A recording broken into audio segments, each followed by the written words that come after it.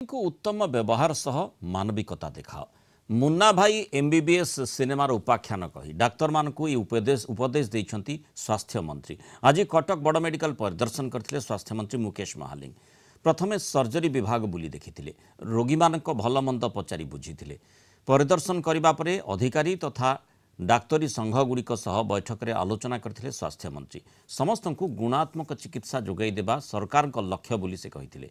SCB संप्रसारण बा AIIMS plus प्रकल्प संपर्क में अधिकारी मानक सह आलोचना चली। यही प्रकल्प को अनुध्यान करा जाउछि। खाली पड़िथिबा डाक्तरी पदवी एवं दीर्घ दिन धरी एससीबी रे थिबा डाक्तर मानक संपर्क में अनुध्यान करूछु बोली से कहिसंती। डिप्थेरिया संपर्क में रायगड़ा जिला प्रशासन सहित जोगाजोग रहिछि। सेपरि संबलपुर जिले में जंडिस स्थिति उपर सरकार को सतर्क दृष्टि रही बोली स्वास्थ्य मंत्री Mukesh Mahaling कहिसंती।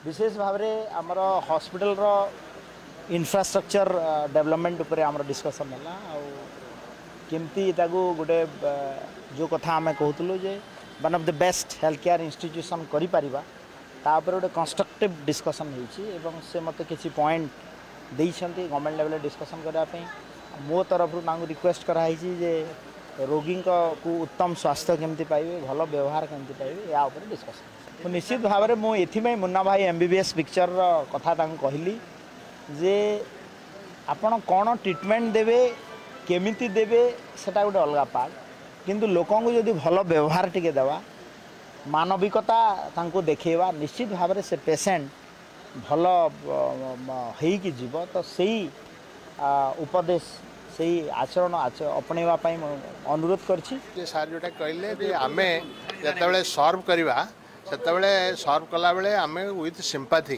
For the patient तेणु यहाँ सबु क्षेत्र में यहाँ केवल जे हॉस्पिटल पे ता नुहे सबु क्षेत्र में जेकोसी स्टाफ जेकोसी काम कर जेकोसी प्रोफेशन अच्छी से विथ सिंपैथी काम करा उचित।